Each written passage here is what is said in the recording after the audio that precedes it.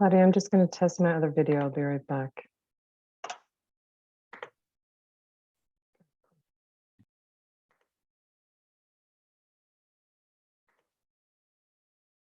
I just Okay. need like an extension. Sure, on quiz 2? Yeah. Okay, yeah, no problem. And if you send me that in an email, that's fine. If you could get it to me before the end of the week, that would be ideal. Okay. Okay. Those of you who, if you are having IT issues, you can also go, because this is a fully online class, you can go ask for a laptop as a replacement. If anything goes wrong, I mean, they have to give you Wi-Fi, a hotspot, if you don't have one. SSU is supposed to provide you with those things so that you can in fact take this online course, okay? So if you have issues regarding IT, please let me know so that we can work it out as soon as possible. Evelyn, good morning, how's it going? It's going pretty good. Thank you. How are you? Doing okay, are you up? Yes. Good, awesome. Kat, good morning, how's it going for you? Good morning. I'm doing good. How's everything with you? Good. I'm doing good in general. So First month is almost over. You have like 3 months to go. It's super short. It's a little daunting with the amount of stuff we have to cover, but kind of amazing. So you're all, you know, if you survive the first month, you're doing fine. Okay. Lane, how's it going for you? Good morning. I'm good. How are you? Doing okay. We are going to, those of you who are coming in now, please make sure you have a pencil and a paper ready. We are going to do a Egypt-based mathematical practical exercise this morning. So we are going to start with drawing this morning. Camilo, how's it going for you? I'm doing pretty good. You doing all right? Yeah, Any questions for me? not particularly. Okay, let me know if they come up. Deanna, good morning. How's it going for you? Good morning. I'm doing well. How are you? Good. Good to hear that you're well. Good. It is that time of year where it's like things are settling in. Tatiana, good morning. How's it going? I just want to get to the people I don't usually get to. Oh, it's going good. Are you doing okay? Yeah, you sure? I am. Okay, good. All right, folks, and the rest of you, good morning. I'll try to get and go back and forth because it's a large class. We would spend, I mean, I'd love to spend chatting in the morning with you.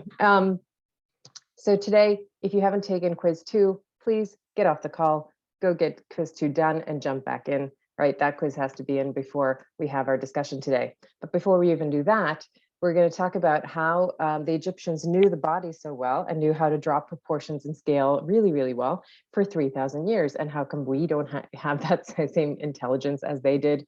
Of course we do. We just choose not to mummify bodies and get to know the skeletal structure really well. So what we're going to start the morning off with is we're going to go into the skeleton, and you're going to, because you have one, right? Of course, we can measure out your skeletal structure and figure out proportions. We're going to do that because we're on Zoom. We're going to do that with the proportions of the face today. So if you could, please get yourself a pencil and a paper. If you have charcoal, that works really well. I'm going to demo in charcoal so that you can see it clearly. It's a drawing exercise using math. You're going to be using your fingers to measure out the proportions of your face, because there's math innately in your face and all of our portraits. Everyone's portrait is slightly different, of course, so the math is slightly adjusted for, of course, for your own particular math that's in your face. So we're going to study your skeletal structure through touch. Okay, this is called self through touch, and you're going to be using your fingers. Some of you may have done this in the past with me. If you have, please remember these practical exercises so that you can draw and sketch a face no matter where you go. Those of you who are coming in, get a pencil and paper ready. I'm going to switch to another camera, and we're going to go back and forth. So the first mathematical proportion I want you to notice, which is the key to the whole thing, is you want to measure, and I take my fingers to measure. I go from the bottom of the chin to the bridge of my nose. Now the bridge of your nose is this part, right? This part that's right where your nose sort of ends and hits the brow. I mean, we're funny because we categorize things with different labels. So from your chin, and I want you to do this with me, because the more you use your sense of touch, the more you're going to understand what we're doing on the page. All right, the answers are not on your page of how to draw a portrait. You need to feel your skeletal structure. All right, is anyone confused? Clear? Everybody has, give me a thumbs up if you have your paper and pencil ready, please. so that I know you have your materials. Thanks, Patrick and Leon. Okay, good. When the majority have it. All right, cool. All right, a book, Lauren, Tatiana, Michelle, and Selma. Just get yourself, and Brett, get yourself in pen and paper. Thanks, Lauren. So from the chin, you're going to measure from the chin to the bridge of the nose, and you're going to take this measurement and you're going to put it down at the bottom of your page. So you're going to take it, but make sure you don't shrink it as you go down to your page. Hold that hand steady, hold it firm, and I go sort of between my nail to my nail, right? Like I take this proportion. What's interesting about this proportion is that if you double that proportion, you put your other hand on top and go from here to here and test it out again from yourself. From here, from the chin to the bridge of the nose, and from the bridge of the nose to the top of your head, which is not your forehead, but the top of your head is up here, okay? So this to this is the same, which means you double the same distance to get the size of your head. Okay, let's see what that looks like on the page. So I take this proportion and I put it directly on the page. I'm gonna take my charcoal so that you can see what I'm doing. So I'm going to, again, remeasure my skeletal structure from the bottom of my chin to the bridge of the nose and put it right down at the bottom of the page, and go down because your head is going to be enormous. It's going to feel like it's huge, but it is. Okay, so we're doing it 1 to 1. This is the bridge of the nose.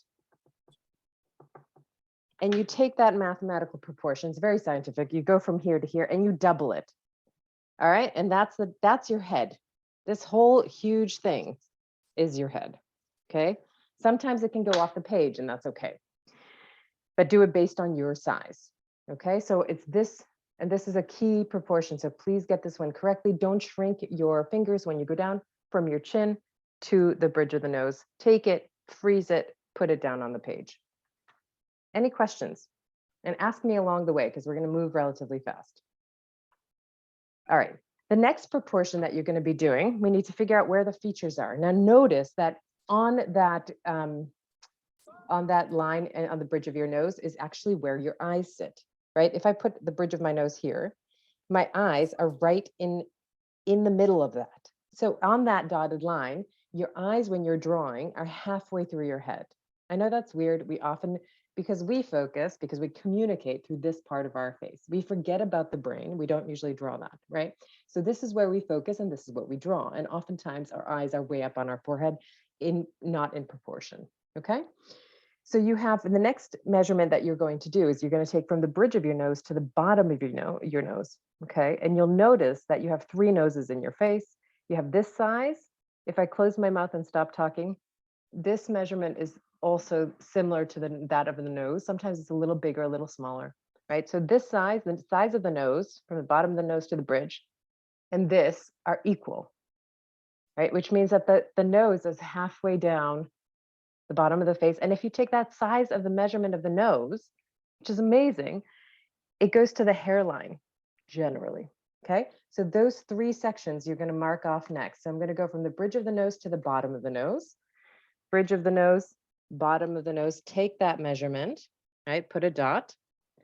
And just notice that this measurement should be about the same to the chin, right? As it is from the bridge to the bottom of the nose. This is the bottom of the nose.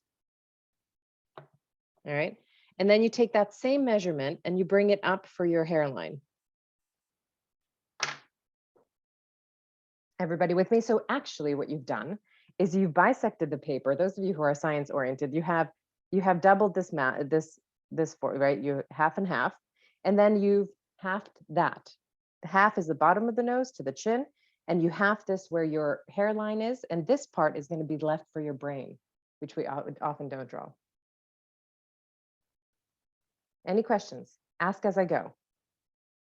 All right, then you're going to take your pencil and you're going to just measure, because we're symmetrical, you can just put a line down the middle of your face, okay? Because the next we want to measure where the eyes begin. We know where the nose begins and ends. We need to know where the eyes begin and end, and then we're going to go to the mouth. So you have, and again, you can do this on your own face. Make sure you have clean hands. You're measuring with clean hands. I'm going to have charcoal all over my face. It's fine. You're going to take the gap, which if you notice, the gap is about the size of your eyeball. So feel out your eyeball, right? Just notice that size from corner to corner. Just make sure you have clean fingers. And then go down the middle. That's another one, right? That's almost the same size, if not the same size. Then you have another one, so 3 eyes across. And then if you keep going, your next eye size is about to, again, your hairline. So you have 1, 2, 3, 4, 5 eyes going across your face, all right? What that looks like is all you have to do is grab the size of your eyeball, right? The size of that, and put it down on that middle line. Look here. So I take the size of my eyeball, I put it down right around that midline, and that's where my eyes begin. Okay. Ask me questions if you have them. All right. Next, I'm going to take my eyeball and I'm going to put it on one eye to make one eye, and then the other eye on the other side. All right. So there's my symmetrical proportions of the face. Next, I could have another eye here, but because the temples go back in space, your skeletal structure goes back in space, it means that the proportions of this go backwards, right? And it means if it's shorter, it's going to be smaller than an eye size, okay? So you can mark a little bit smaller than an eye on the edge to find out where the edge of your face ends, right? I can't make it as big as the eye. It can't be all the way over here. I'll cut it a little bit around my temples. We'll do the width of our face next. All right, the last measurement for our features is going to be the mouth, and then we're going to go to the ears. The mouth is about 1/3 of the way down from the nose. So you're going to take this measurement. You're going to measure from the bottom of your nose to the midline of your lip, and you're going to notice that if you do that 2 more times, you're going to go down to the bottom of the chin. Okay, which means that the mouth is 1/3 of the way down. Isn't it amazing? I mean, have you done this before? It like measured out your face. It's pretty amazing how we're constructed. So you take that measurement from the bottom of the nose to the midline of your mouth, put that down, and you have the mouth. Questions? Okay. Then you have your, there's so much math, it's amazing, it's awesome. You take the size of your nose, right? Go from the size from about the eyebrow to the bottom of your ear, or bottom of your nose. And if you go directly across, you're going to hit the bottom on top of your ear, okay? Your ear is about the same size as your nose. And it, again, varies ever so slightly based on each individual. But if you take the bottom of the nose, again, to either the bridge line or the eyebrow line and go directly to the side, you're going to hit your ears. Now, what that looks like in drawing is that you're going to go either, you can put the eyebrow right above the eyes, right? And if you want to know where the eyes are going to be, right, we have the beginning and end of our eyes, but you can also just put the pupils in the center.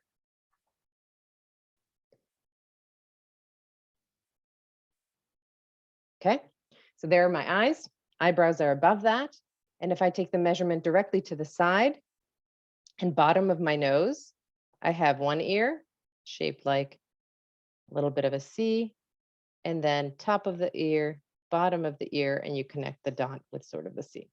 Now we have the features. We have to figure out the width of our head, right? The width of our head is not quite as large. So you can also do that by touching your skeletal structure.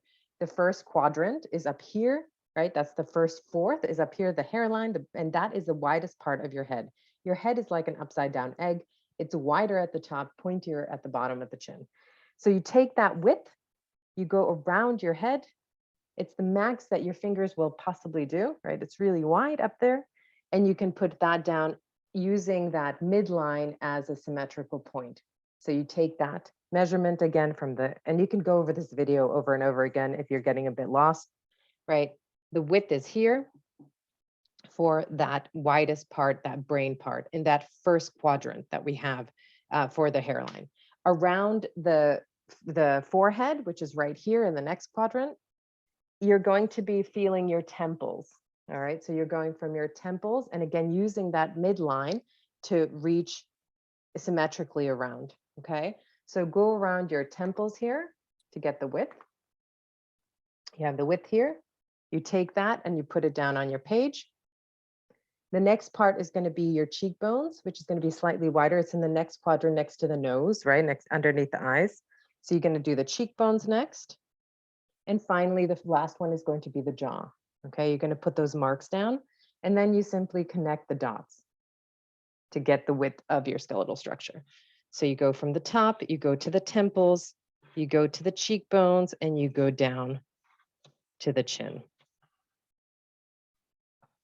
And charcoal and pencil are super easy to erase, so you can erase the extras, right? It's like an oval. Anything that looks like an oval, like a balloon, you're good. Ears might have to come. You can continue with your neck, whatever you want, okay?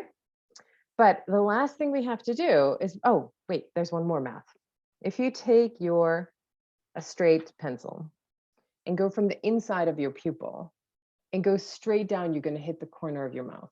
Okay, so that you know how wide your mouth is based on if you put that circle dot for the pupil on the inside, if you go straight down, you're going to hit the corners. And you can get this math, this drawing of the proportions on any online, wherever, right? Da Vinci was recording this stuff, but you can also feel it on your own skeleton, on your own skull.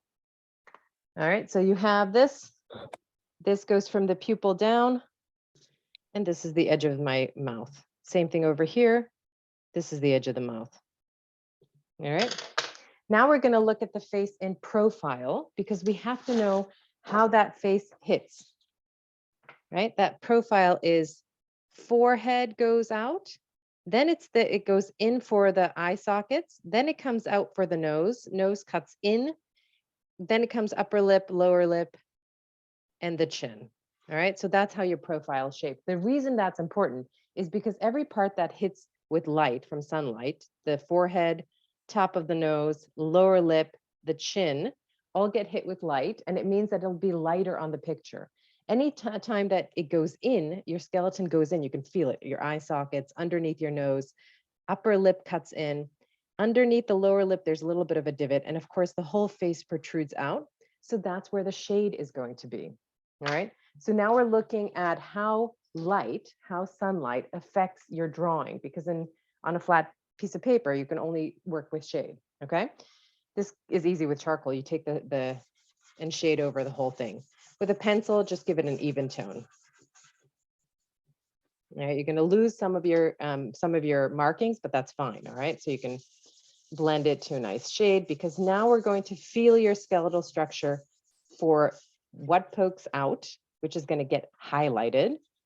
And if it goes in, it's going to get a layer of shade. Any questions? Are you with me? I hope you're with me, because you can use this later. You can use this drawing later. Okay. Shade it over the whole thing. And now feel out your skeleton. If it's poking out, you're going to erase it. So for example, if you're going to have a four-fingered forehead, five-fingered forehead, feel out the size of your forehead. You're going to take that whole mass, right? You're going to take this whole chunk and you're going to put it down and erase it. So I'm going to take my hand, I'm going to feel out my forehead, take that, put it right, your hairline begins slightly over there, and I take that whole thing and I'm going to erase it. So pretty soon you're going to see an alien image, you're going to see maybe grandparents in it. It's amazing what the skeleton does, right? Your skeleton is going to be particularly yours, so it's going to be more of a self-portrait than looking in a mirror. So you have a forehead that you erase. The next part that gets erased is your nose, because it protrudes out, right? And you can continue the forehead into that nose, remembering where the bridge of the nose was and where the eyes were, okay? Are you with me? Ask me questions. Hope you're with me. You have the size of the nose is about the size of your finger. All right, if you go straight down, and I put my thumb at the bottom so I know where to stop erasing. So for the nose, you put that measurement down on your page, right? Going down, it's almost like the thickness of a finger. There's a little ball at the bottom, and then you have nostrils on each end, which are kind of like triangles on each end. If you have a kneaded eraser, that's great. If you have a regular eraser, that's excellent too. So you're going to need, for this part, you're going to need both shading, putting the pencil, but also an eraser. Okay, I hope you have one. You have the nose. The next part that comes in, right? The part that goes in, if you feel your skeletal structure, is the socket. So for the socket, it could go quite dark. You can add a layer of shade there. take your charcoal or your pencil and just do an oval, right? The size of your eyeball and put it in. Underneath that, your cheekbones protrude out. They protect the whole eye socket, protects your eye, and the cheekbones protect your eye. So they come out. You want to erase those and all the way down the cheek muscles down to the chin.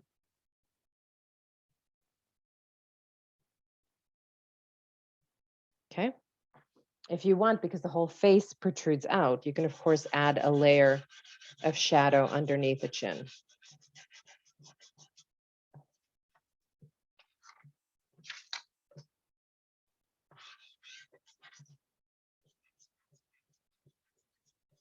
Questions? Ask me questions if you have them.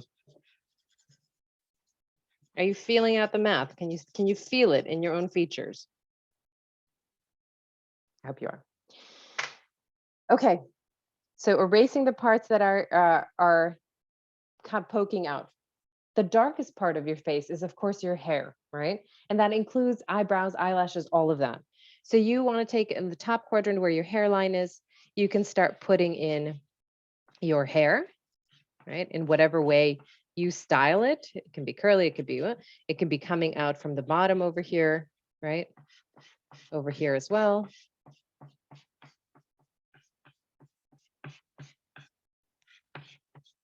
You can put questions in the chat as well, and I'll get to them after class if you have any about the drawing.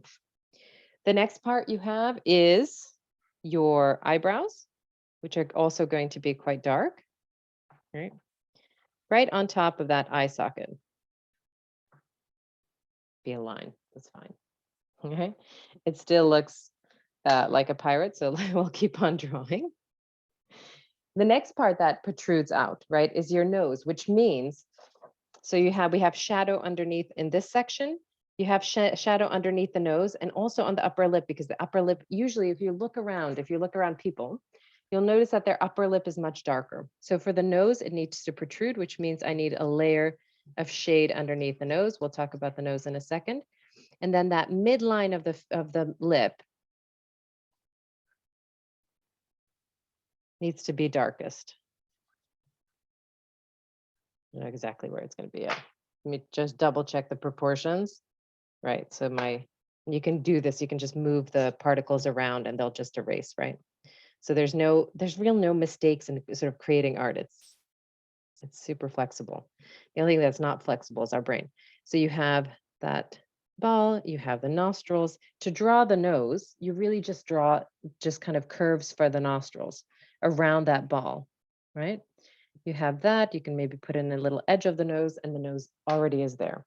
All right, and then for the upper lip, we're going to erase some of the muscles that are around the lip. And the upper lip is darker, but it has those, I'm going to put that lip line a little bit lower.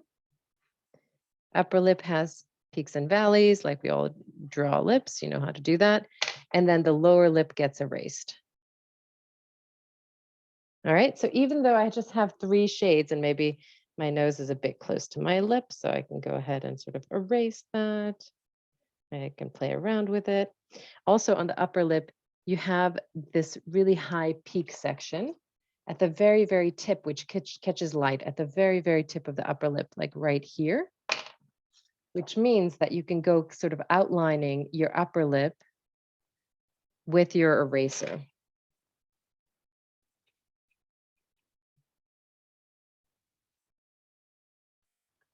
Right. And as soon as you do that, and as soon as you erase the lower lip, put a little shadow underneath, because that's a little divot that goes before your chin, right? You'll get a sort of lip looking thing. So take this hair. If you want to cover your ears, of course you can, but we'll talk about how to draw an ear as well. Next step is for the eyes.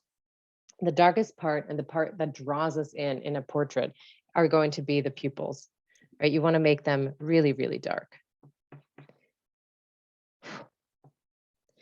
To get a really quick eye, you just put triangles next to the circles, because it's the white part of your eye. And you know how wide your eye was. You put that mark, you can double check it. You can go back and forth to make sure you know where to begin that triangle and where to end it. So just a triangle on one edge of that eyeball and then on the other. And don't worry if they're not identical, right? There's symmetry, but there's also deviance in that math. So even with just that, your eyes will start poking out because you have the right shading where you need to be. The pupil is the darkest part. The lightest part is going to be that white of your eyeball. If you're working in charcoal, you have to clean your eraser often to make sure that it's picking up those particles. And you can go back and erasing. Unless you're sleep deprived, you can erase your cheekbones. Right? For the upper part of the eyes, you have eyelashes, and those eyelashes are dark. It's hair. It's going to be framing your face. So you put a dark line in that. This is where the almond shape of the eye comes in, just cutting through that pupil. Right? You can usually, when you look around at your family members, you can see sometimes the bottom of the eyeball, right? Unless we're in shock, and then you have a different kind of you have the eye fully open, but the upper eyelid cuts in to the pupil to create that oval shape, that almond shape. Then you have upper eyelid questions. Ask me if you have them. I have another 10 minutes. You have the upper eyelid is highlighted because the whole eyeball is round and protruding, which means this part catches light, right? That's going to be erased right on top of that dark line. And then you have that section, that muscle that helps protect your eye, right? The eyebrow here, or the brow region, the whole thing. So really the shaded part of the eye sockets is right here near the nose. Right, and then you can kind of embellish. The last thing we have to do is we have to consider the ears a little bit more. For the ears, you can feel out your ear, see where it pokes in. If you feel it poking in, curving in, you're going to put a layer of shadow there. You also have, it goes in right here, and you have a bit of a protrusion that helps, this cartilage that helps protect right on the side of the cheekbones, a little bit lower than the cheekbones, right? But the ear is a C-shaped thing. So the light part catches light, even at the bottom. And those curves, and really there's not much you have to do to kind of make it look like an ear. You're not doing, this is not photography. This is not going to be identical, right, to your ear. These are a couple of lines. It's an illusion on the page. And the opposite ear we're going to put over here, a little bit closer, which means this goes over here. There's a little bit darker section where it goes in for listening purposes. And then that cartilage. Right? And it's a great thing to study the ears too. Like look at, if you have someone sitting next to you, just have a look at how that curves in. All right. And it's an illusion of the face, right? It's a drawing. It's not going to be a photograph, and that's okay. You get to play with it. Now, if you want different kind of emotions to express, you play with the ears, the eyes, eyebrows, you can play with the expressions, move those particles. If I wanted to be in a state of shock, you can lift up the upper eyelid, right? And play with that. Play with some of the particles. Erase them, put them in, erase them, and you'll have different emotions as it goes.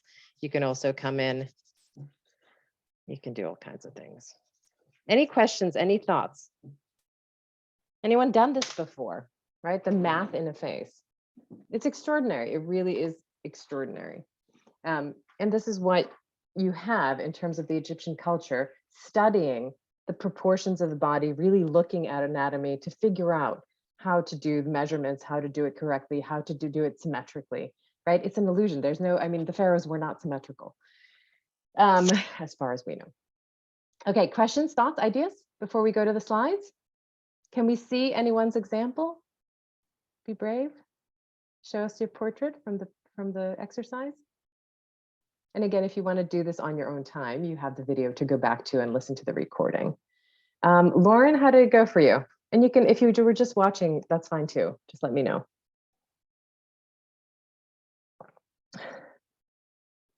Deanna, Hi, it went well.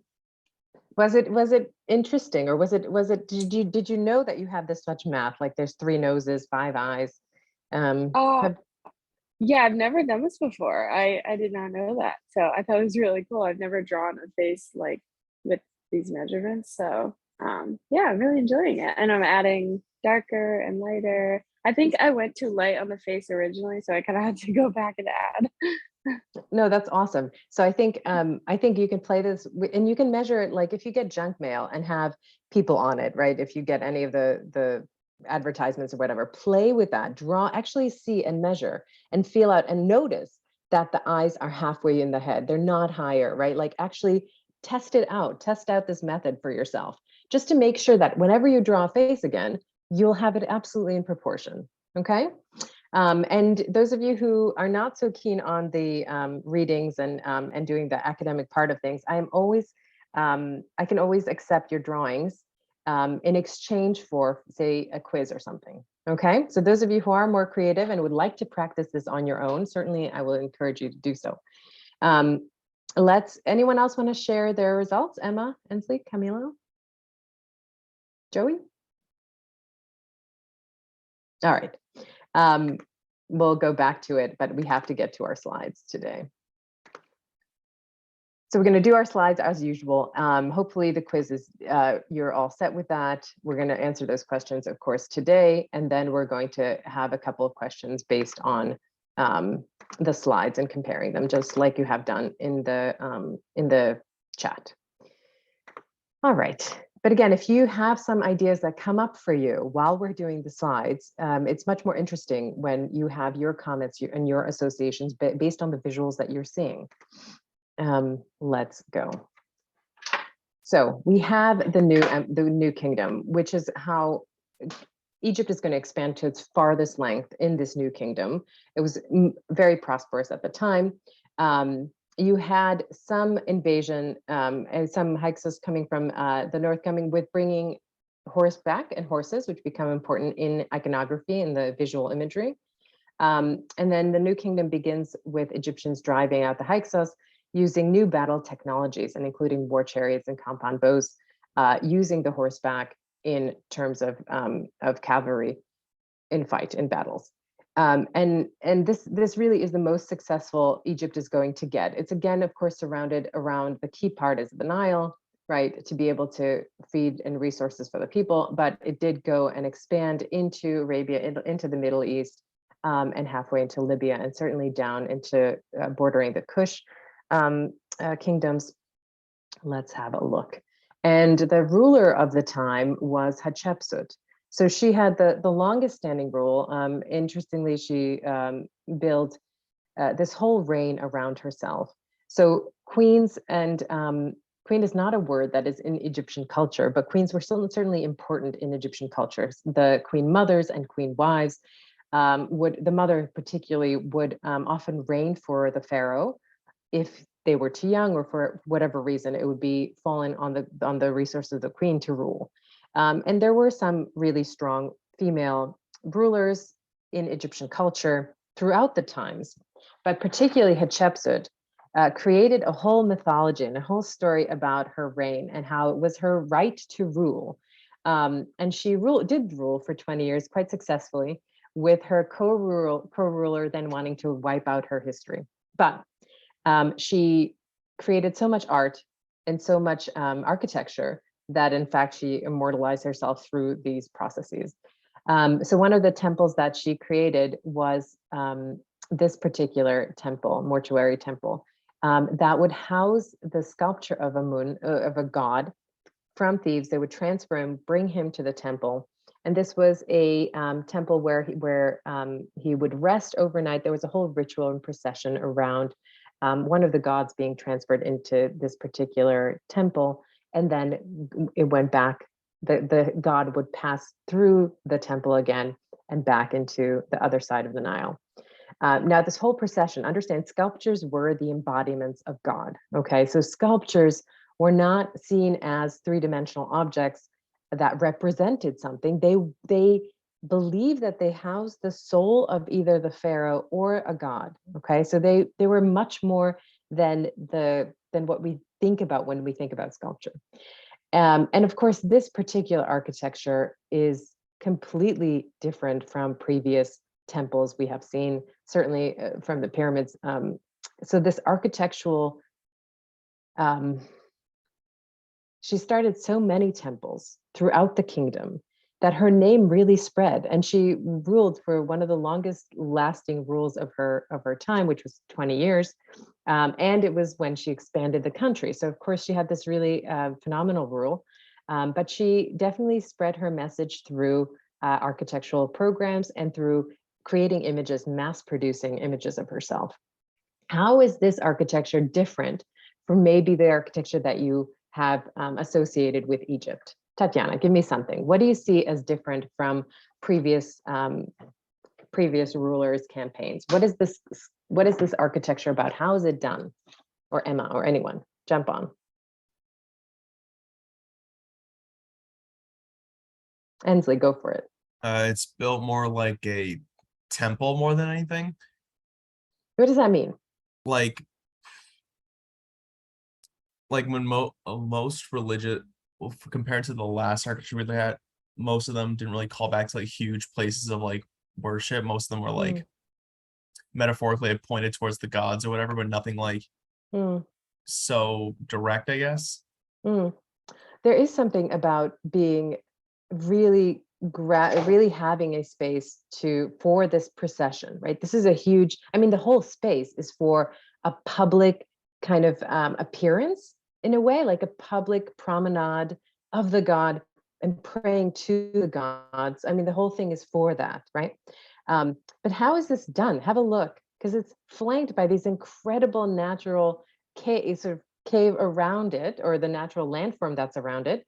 And it is dug out. So you have this amazing natural landscape, which is all, or organic, kind of all over the place.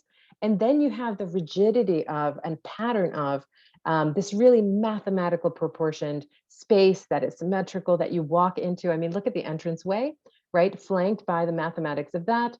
And then you have, so the order within this kind of natural landscape is incredible. Not only that, but of course she had hundreds and hundreds of sculptures throughout this temple.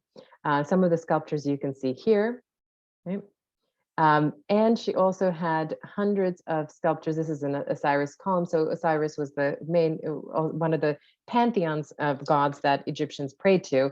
Osiris was the god of the underworld, really important, right? He was the one that granted you eternal life. So the house of gods was established there at the temple, and she portrayed herself in a lot of the sculptures that are representing gods around her. So of course Pharaoh is the next one to God, right? Like once they pass, they become God. That's the philosophy. They are the closest link to God. So here she represents herself in numerous ways. How does she use this as propaganda? Like, she is placing hundreds of sculptures that are totally permanent, granite, one of the most solid stones that you can carve out of, and she's creating hundreds of replicas of herself. She does some quite tricky things because she's quite brilliant about how she uses her visual image. Here, she's kneeling to the gods, but the only one who kneels to the god is the pharaoh, right? So there was an association with this gesture of kneeling and bringing offering to the god, and she would place the sculpture somewhere along the pathway. So when the sculpture of Amun was passing by, she is literally also there to offer in this way her tribute to the gods. So she was quite deviant. She also took visual iconography, of course, the gods or the pharaohs from 1,000 years, 2,000 years before, the same iconography, the same visuals to represent herself. She has the crown, she has the beard, She reduced the breasts in the sculpture, and she also had broad shoulders. It's a stereotypical image of a pharaoh, and she did this on purpose, right? Like that, she knew what she was doing, because people would then associate and say, right, of course, right, that is the pharaoh. That's the image of the pharaoh, which means she has the right to rule. She used that visual language. Later on, her co-ruler, I forgot his name, he just tried to erase her sort of out of history, but he couldn't, because there was so much imagery of her and her story that he couldn't, and it was out of the most permanent material, like the stone here. So even when the sculptures were sort of tipped over and were rediscovered in the 1900s, the pieces, there were so many of them. There were really literally hundreds of sculptures of her standing or sitting or as a sphinx. Any other thoughts from the videos that you saw, or from the video you saw last night, or whenever you were doing the readings? It does define her. She is a female ruler. There's a symbol of female on her back. So she was very clear that she was a female ruler. But of course, she put herself in the lineage of the pharaohs, and she was the pharaoh. Any thoughts? All right, let's go down to the next few images, which are Nebamun's tomb here. Nebamun, again, the god Amun is within his name. He is not a pharaoh, but he is a scribe. And he was also an accounted for the grain. So he would be the redistributor, an incredibly, obviously, wealthy individual, right? Like, these tombs are not found for just anyone. And the scribe was the next thing to the pharaoh. So he's both the writer of the hieroglyphs, but also the visual imagery that you see on the whole of the chapel. And I encourage you to see the whole of it, not just this particular one that is really well known all over the world. Look at the detail. This is from 3,000 years ago. Okay, so we go from rock painting to now decorating a tomb in particular, right? Because a tomb is seen as the space for the afterlife. And the afterlife depictions, just like the sculptures, are representations of God. The tomb here and the images are meant to be the way that Nebamun is spending his afterlife. Okay, so they're incredibly important. They're not just sort of paintings that you put on your room or posters that you decorate your room with. It's not about that. It's about really having, through this two-dimensional way, you allow the spirit to continue doing these activities. And these activities were really wealthy. I mean, there's a feast going on in one section of the room. There's him tending to his, not him, but other people tending to his flock, to his herd. There's images here. The image is of him hunting in the marshes of the Nile, right? And the marshes are seen as the fertile place where you're going to be reborn, really. Because every year, that's the cycle of the Nile. There's this huge, there's the floods, and then the rebirth of the Nile. So the marshes are seen as this place of rebirth. So you have Nebamun in the center, his wife here behind him on a vessel, right? They're sitting all on a vessel, and you have his daughter at his knees over here, picking a lotus flower, which is a representation of the afterlife. But have a look at the extraordinary details. I mean, this goes beyond, this is really the Sistine Chapel of the Egyptian culture. The painters who created the paintings, what did they understand? What did they know? And this is not about proportions, human proportions anymore, but have a look at all of the species of bird that, first of all, the artist knows, right? Just have a look. And Nebamun has a few holding at their feet, so he's already captured a few in the hunt. You have a cat who's maybe a representation of another god fighting or doing the hunt with him, right? He's chewing up the duck here. But have a look at the feathers. Have a look at the difference between the feathers and the fur of the cat, right? Have a look at all that they knew. Look at how, and just think about how many species of plants you would be able to draw, right, in this way, with these patterns of understanding look at the butterflies, right? Look at the antenna. I mean, the amount of detail. This is layered. This is a room that's cut into a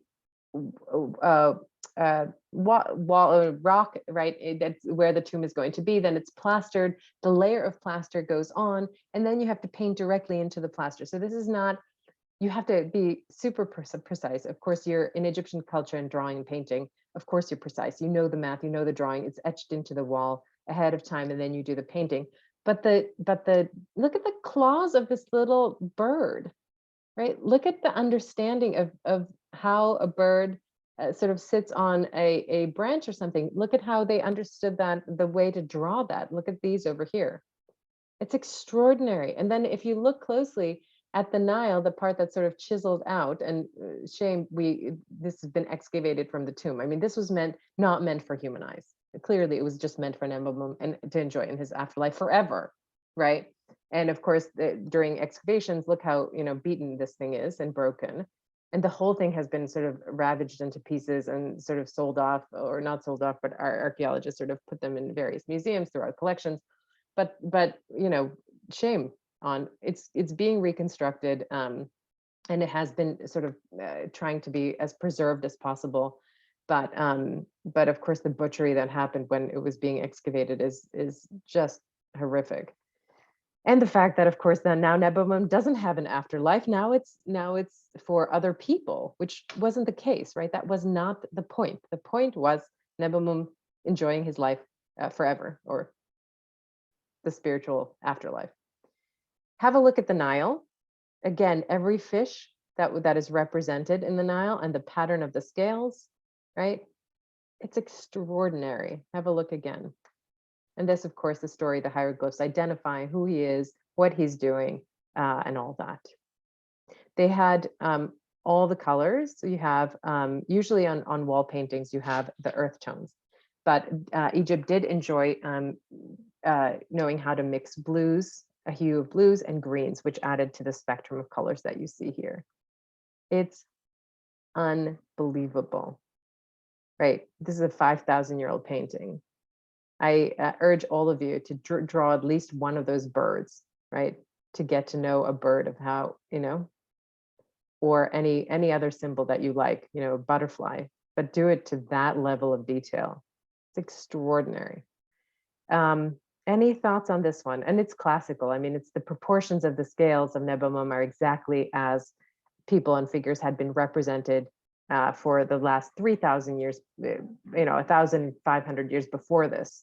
So the language of Egyptian style, that the shoulders are square to you, right? Even though his hips are totally turned and his head is in profile, but his eye is straight on. So they're playing with proportions. They understand them, but to get the representation that they want, that sort of power, this kind of stance, right?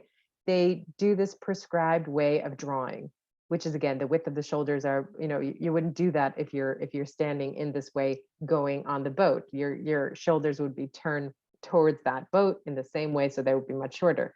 But for the grandiose shoulder, the width and all that, right, the scale is really important. Ideas and thoughts? If you want to get to also know proportions of the body, of course, measure out, how many heads there are in the body. You can use this image. You can use the proportions in the scale.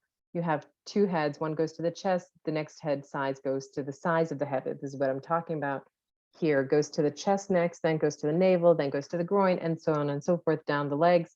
You have about 7 or 6.5 heads to a body. You should all know this. I mean, you should be able to draw a figure. It's not rocket science. You just have to kind of take math and ruler and really study and really look, right? We don't have dead people to excavate just yet. So you can do that from drawings, right? Just replicate this and you'll understand proportions of the body. All right. Any questions on Nebamum and the drawing? I mean, really study it, really look. Those of you especially who are from an art field or interested in painting, please look at it. Thoughts, ideas? Before we move on from this incredible piece, why would we ever leave? You can stare at this thing for hours. Going once, going twice. Okay. All right. So another deviant of the Egyptian lineage is Akhenaten. He changed everything, and to credit, he was not a welcome pharaoh. He was a bit too much for most Egyptians. He changed the mythology. So there's a slew of Egyptian gods, and we'll look at them in a little bit. But what Akhenaten did is said, no, the pantheon is wrong. There's not many gods. There's just one God. That God is Aten, the sun. And I am Akhenaten. I'm right after the next of kin from the sun. So he really proclaimed himself as sort of the next, there was no other ones. So, and he also moved from Thebes. He moved where the kings usually rule from, Thebes down the Nile. And he developed a town called Akhenaten based on himself. I mean, quite self-centered, granted. And he formed the Amarna period. And so this part of Egyptian culture is really thrown off because the visuals are totally different, which is really exciting. I mean, nothing has happened with Egyptian visuals for thousands of years. And here comes Akhenaten, and he's like, okay, not only do I want to change the religion, but of course I have to change everything else. I have to change, if you're going to change something, you have to change the whole history, the whole visuals of that. And he does, right? Kind of like Hatshepsut. I mean, she changed, she wanted to be in the lineage of all the pharaohs, but she, shifted things to make sure that there was no queen, word for queen. So she assumed king. Anyway, Akhenaten here comes and creates a whole visual language that is vastly different. How is this different? And many of you from the video, if you've seen it, you know what's happening here. How is this different from the regular portrayal of the pharaoh and his queen? Because it's night and day. It's like, yeah, it's almost direct opposite. Talk to me about what you see, and specifically, you can talk about the pharaoh, the way his stance is, as opposed to what we've just seen, a Nebamum standing, like he followed the order of Egyptian visuals. Here, Akhenaten is not following that. What is he doing? Grace, what is he doing? A book. Talk to me. Lauren, Jade, Lonnie. What do you see in this image? First, it's the queen and Brett, go. You don't have to raise your hand. Go. In this image, it seems like he's focused more on family, whereas other pharaohs focus more on the religion and like how they portray themselves to the people. But he's focused more on family here, and he's still focusing on religion and stuff. But he, of course, again, family. Yeah. I mean, that's central, which is unheard. I mean, like, yes, there's pharaohs when they represent themselves in power, in a fighting stance, right? That's where you get that like sort of gesture from. Akhenaten here is sagging in his cushion, right? With kissing his daughter. Alongside, across from him sits Nefertiti, his wife, with their two daughters as well. So yeah, this is a family. This is like as family portraits go, right? Like imagine a family portrait around the holidays, sitting on the couch, right, having a good time, which is not Egyptian. I mean, in terms of what Egypt sort of stood for. So it becomes really weird. And of course, there were a lot of philosophies that talked about or thought about Akhenaten being sort of this alien, this different, right, with having different body proportions, but they're figuring out that it's probably the style that he chose. It's not necessarily that they were anatomically different. It was a style, as far as we know. You can go into all kinds of theories if you like. Here we have a representation of sun in the center, though, right? Like he is paying reference to Aten, the sun god. And you have the rays of the sun coming and hitting the nose of Aten and Nefertiti with the Ang symbols, meaning that their lineage is going to be ever, the Ang symbol is everlasting life.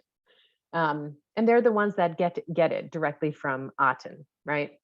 And there is no other one. There's no other, there's no need to like sort of portray himself as anything but maybe, as a family man, which is, again, huge for Egypt. You have him caressing his daughter, like holding her tenderly, supporting her head with back and giving her a kiss, right? What? Crazy in Egyptian art. And then you have the curvilinear forms, right? He has a pudgy belly. He doesn't there's no broad shoulders here, this tummy tucked in, the kind of pose. This is him relaxing, enjoying. The girls are sort of pointing toward each other.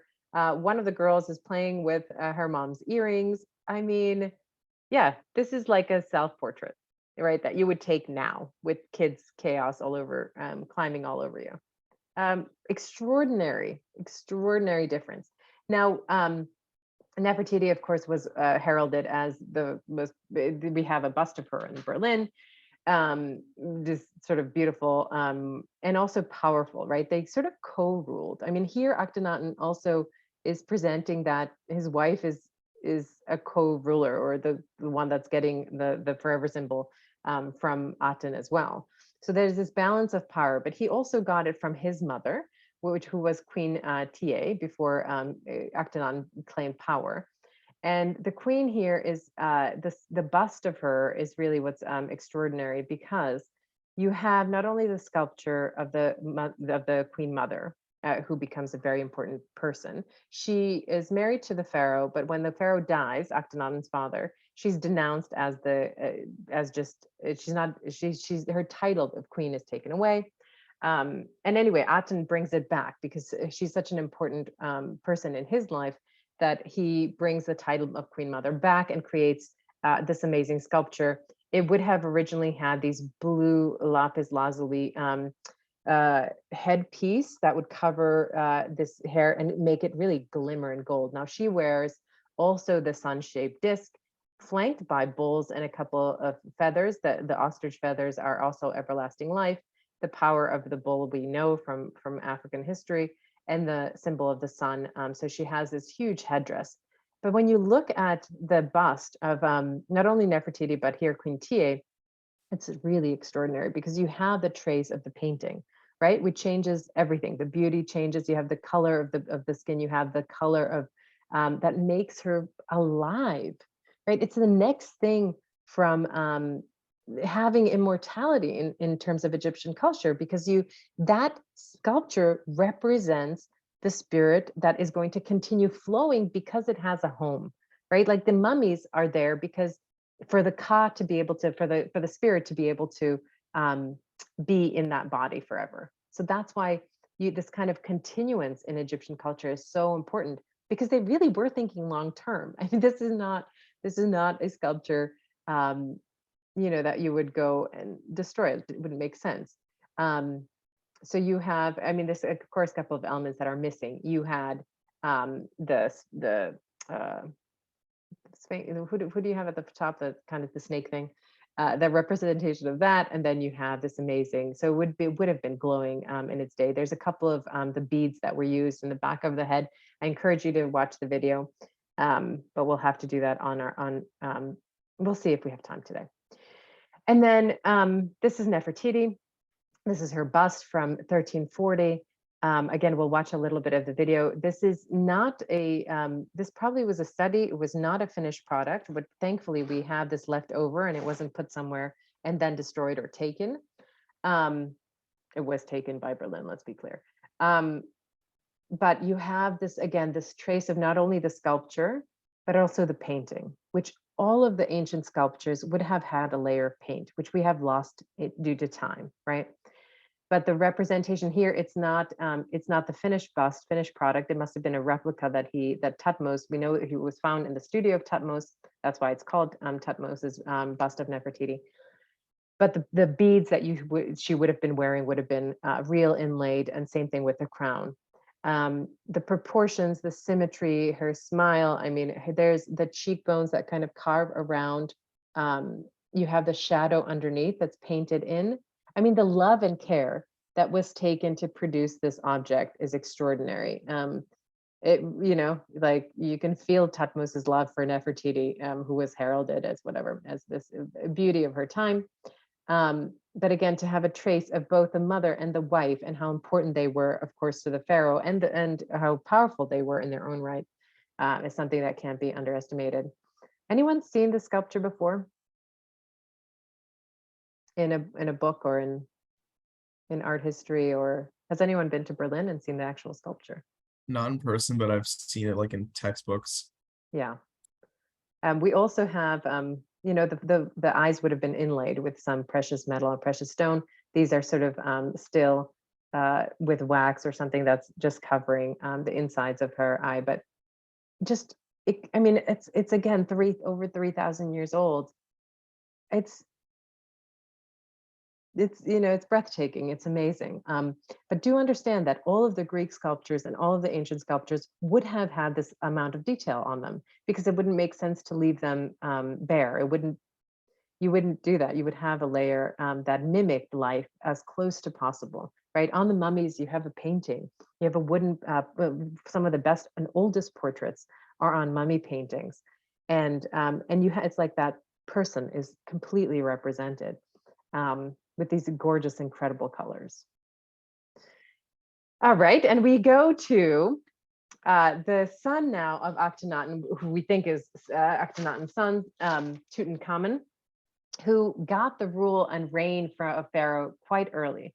He was 9 years old when he assumed Pharaoh, and 18 when he died. So he died quite young, not quite sure what happened around his death, but we certainly know that there was an extensive tomb that was created for him and his burial in 1323, and it was rediscovered in the 1900s after one of the archaeologists asked for funding and only got like one more year that you can go through the Valley of the Kings to discover something, and they did, which was fortunate for Western art, but of course detrimental to Tutankhamun's tomb.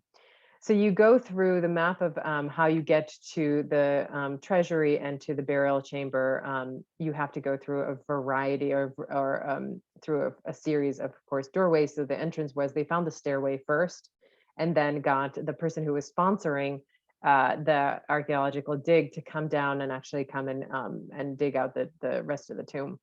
You have the stairway, you go into through the first doorway, which is of course blocked off. You go into the corridor, another doorway. Then you go into the antechamber. On the side of the antechamber is the annex room. Then there's the corridor that goes into the burial chamber, and finally the treasury.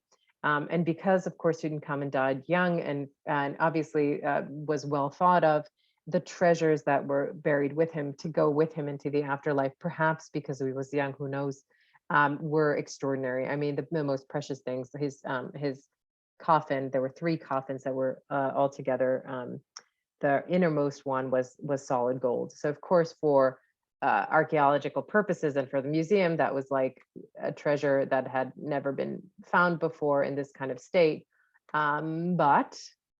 So here we go. This is the innermost sarcophagus of Pharaoh Tutankhamun, solid gold. Gold was a representation. We know that they thought of the pharaohs at their death. The gold was a representation of the skin. Silver would have been their bones, and lapis lazuli was their hair. Right, that was the representation of the pharaoh in a godly state. And what happens when we take it out and put it on display? I mean, who is it for? And of course, it's like solid gold. We consider gold treasure.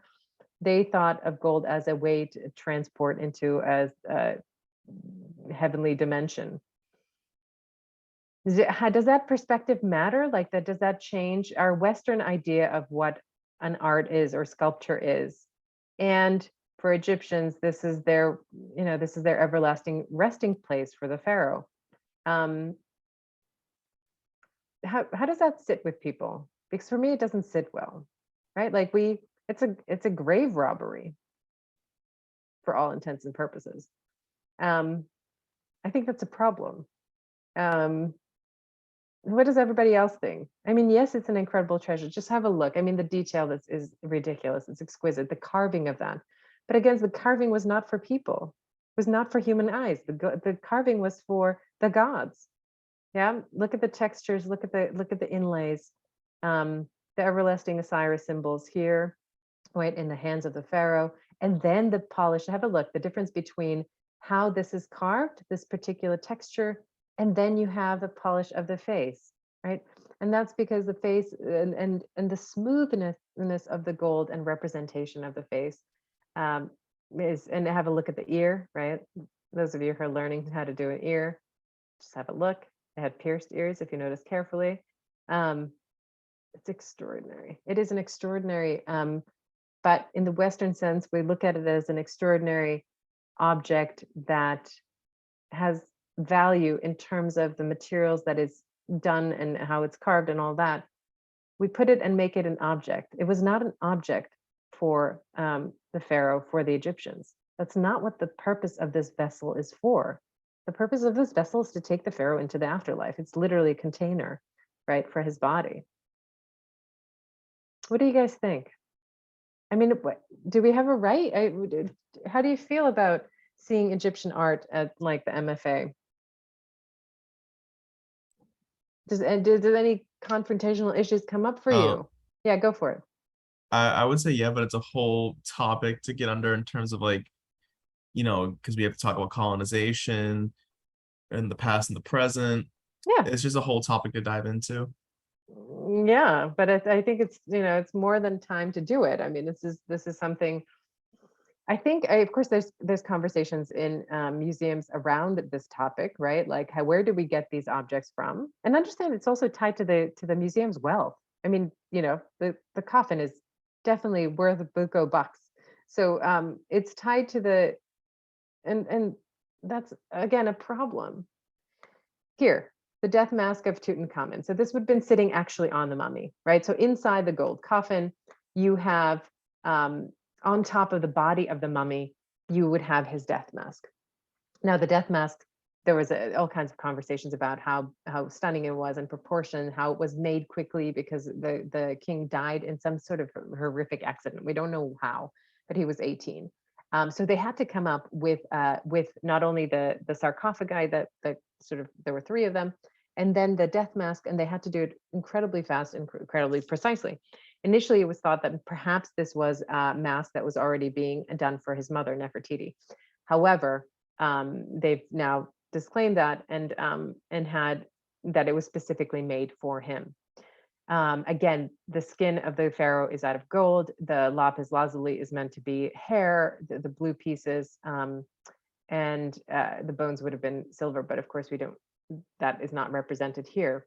You have this precious metals that are inlaid. Of course, look at the sort of the richness of where all these materials are coming from, right? The trade that goes and the wealth that goes into creating something like this. But of course, if you're a sculptor or work in metals, I mean, to be able to create such an amazing piece is incredible. And of course, it's meant for to come to wear for eternity. And now it's been taken off his body and put in a museum for people to look at, right? How do you, any thoughts from the group? Grace, what do you think about that? Or Lonnie?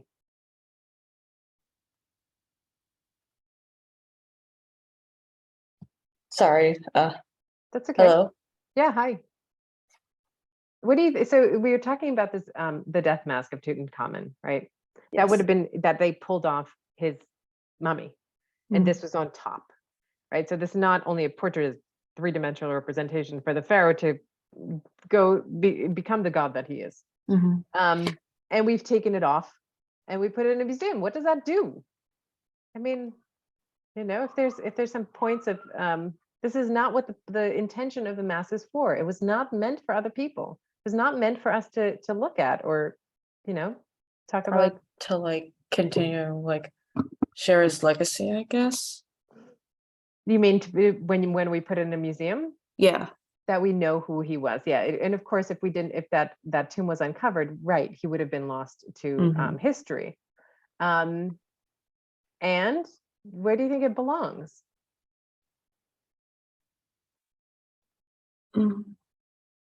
Right? Does it belong in the West? Does it belong, which museum does it go to? Where is it supposed to be? Could we somehow rearrange the objects back into the tomb so that the pharaoh could have these everlasting, this is meant for all life. Now we've taken it away. Anyway, think about that. And let's go and do the last couple of bits, and then you do your chat comparing the 3 images of pharaohs. But here we go back. We don't, Akhenaten is now past, Tutankhamun is in reign, and this is the book of Hunefer, the book of the dead, comes about the time towards the around the time of Tutankhamun. But you have the visuals back, the visuals of pre-Akhenaten times. So you have exactly the body proportions of Egyptian culture that someone from 3000 BC could read this text. That's how long it goes. And that's 30 generations. That's 30 generations of teaching their children the symbolism, the writing, the everything about Egyptian culture. And here we have the mono deity. You have Hunefer here is dressed in white. He's a scribe, right? So again, really high up. And then he's proclaiming his case. This is the last judgment that he goes before the gods. And these are the pantheon of gods. And you can see more than half of them give him the symbol for eternal life, the Ang symbol. So he's pleading his case here. Then he goes, I forgot what, Anubis. He goes with Anubis here to be really judged. His heart is judged. His heart is in a canopic jar over here on the left-hand side. On the right-hand side is a feather. So his heart has to be lighter than a feather in order to pass. Otherwise, this other god is going to eat him up into eternity. This conglomerate of an animal is super exciting. It has the rear end of a hippo, the front paws of a lion, and the head of course, the alligator or whatever. So he's ready to sort of eat Hunefer's heart if he does not get granted eternal life. But he does. The judgment comes. There's someone documenting the judgment, and then Horus is bringing him to his father Osiris into the ever after life, with Isis, the queen, is sitting next to him. And I believe this is the canopic jar to represent the children of Horus here, who's also represented by an eagle and an everlasting eye. There's all kinds of symbolism, and all the symbolism is, of course, the symbolism of Akhenaten's time, even though this comes after Akhenaten. So we're back to using the iconography of the past. You have, so the traditions, the multiple gods are back, and the everlasting symbol of the flower, of the lotus flower, is there. So all of the representations are absolutely standardized. But beautiful on a papyrus here, using the leaves of the Nile, right? The trees that are growing around, converting them into papyrus, which gets used then as paper. One of the first techniques and paper making techniques of the ancient past. Amazing detail. We'll look at here at the detail between how the heart is being judged here on the scale, right? This tiny little heart and this little light feather, and it's perfectly balanced. So Anubis here is taking care of the scale here, and another god, I forgot the head of the bird, is recording if Hunefer is going to make it, and he does. Thankfully, he's proceeded on towards Osiris, Ang symbol in hand, ready to go for his afterlife forever. So for your comparison, these three, you have a representation of the pharaoh in three different time periods that are at least 1,000 years apart, right? You have Menkaure here in 2500. You have Hatshepsut 1,000 years later, and another couple of hundred years, you have Tutankhamun's mask, right? So the questions, let's go to the questions from the book. Please put them into the chat. I'll put them into the chat, and then you can answer them, but I'll also share the screen so that you can see the questions here. These three representations of Pharaoh, how do these works of art show us the conservative nature of Egyptian art, meaning the long-lasting qualities that it has, right? If there's not a lot of change that happens in over 1,000 years, and that's again, what, 10 generations that you have to convince or to use the same iconography. Describe naturalism, negative space, human bodies, how they're represented, any other detail that you see, but really understanding, right, what Hatshepsut was doing when she understood the imagery from the past, and continue on her lineage through that visual impact and visual voice. So here are the questions in the chat. Please spend, we're out of time. Oh. Sorry, folks. If you can still pop into the chat in the next minute or so, your answers to how similar these three are, because of course they're extraordinary. but I'm not going to keep you over. That wouldn't make sense. Any questions in the last minute? Please hold on to your portrait. Continue it if you choose to, if you are interested in those and the visual aspect of this class, because you will be able to substitute it in the future with future quizzes or whatever. If you don't want to take one, like your art is as important as the more academic side of this class. Okay. Any questions or thoughts? I'm going to stay on. You don't have to. I'm going to stay on for extra 5 minutes to see if people are writing their answers. And after you're done writing, you're absolutely free to go. I will see you on Thursday. Have a nice rest of the week, and I'll see you before the end of the week, really. Be well. Take care.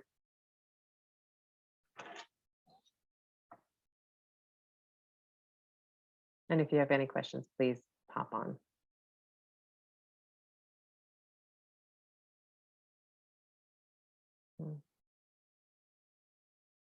I'll give us a little bit more time next time for the writing.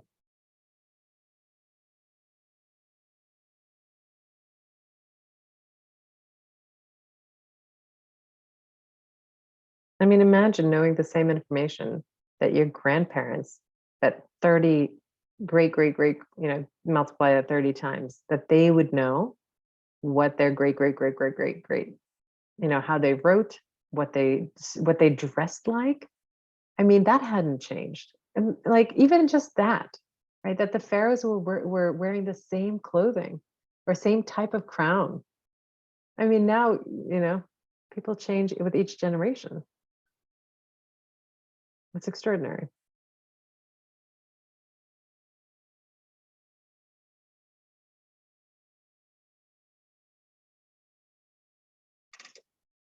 Kalinda, I haven't heard from you today. How are you doing?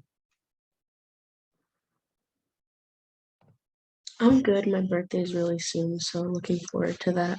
Awesome. How old are you going to be? 20. Oof. That's a nice number. Pharaoh Tutankhamun would have been dead already. We have to get you guys to start leading, right? Start now. Everything else going okay? How's this class going for you? In terms of like, is this engaging enough? Because it's on digital format. Is it enough to kind of keep you interested, or do you need? What else would you want that we could do online together? Kalinda, any ideas? No, I really, my voice, I really enjoy like the drawing activities. Like it's nice to just, work with the sketchbook right when I wake up in the morning. It's really interesting. I haven't really done that. Maybe it works differently. I like that practice too, to get rolling with it, with a sketch or with drawing. Yeah, we can do more of that. Lane, anything else that you would change about the structure of how we discuss the work? Or I think even drawing from some of the slides would be a good idea. Yeah, I agree with that. I like doing the drawing aspect too. It's kind of relaxing in a way. Good. Okay. Wondering if we could do any drawing outside and take if you take the sketchbook with you. Deanna, how would you change this course based on your own learning styles? Hi. So I would say personally, I do enjoy all the reading and stuff. I never really delved into the history of art. So this is my first art history class in college. So I'm really enjoying it. The slides, like the note taking does get long for me, so I have to break it up. But then because I do take really like detailed notes. Yeah, I'm doing the column notes that you suggested, so I like that a lot. But yeah, then I have stuff to pull from for the quizzes, and yeah, but I am thinking about sketching and then submitting my sketchbook in a little bit, just for extra credit in case I don't do well in the quizzes. And I think that's always an option, but also I think there could be like for your final project, if you really are using your sketchbook well, I wouldn't like, your sketchbook is a representation of not only your thoughts, but also your marks and what you're interested in. And you don't have to, it's Deanna, you don't have to take notes on everything. Like I would Okay. prefer that you take notes on things that really matter to you, like objects that you somehow are inspired by, rather than I don't expect you to enjoy everything that we're seeing. But if something really speaks to you, then I would delve deeper and like sketch it and write about it. Because it is, in the end, it is your notebook. It's almost like you're writing your own history in that notebook of what's relevant to you. So see it as your own Okay, project, thank maybe. you. Yeah, of course. Yeah. That's really helpful. I'm very much a sketchbook artist, so that makes me excited actually for the new stuff. Good, because I think that way you can use that as a resource for future projects in the future. You know, like Yeah. what you're interested in. All right. Right. Cool. Thank you. You're welcome. Have a good one. Bye, you too. Bye. Claudia, do you have any more questions for me? Okay, I'm going to pause the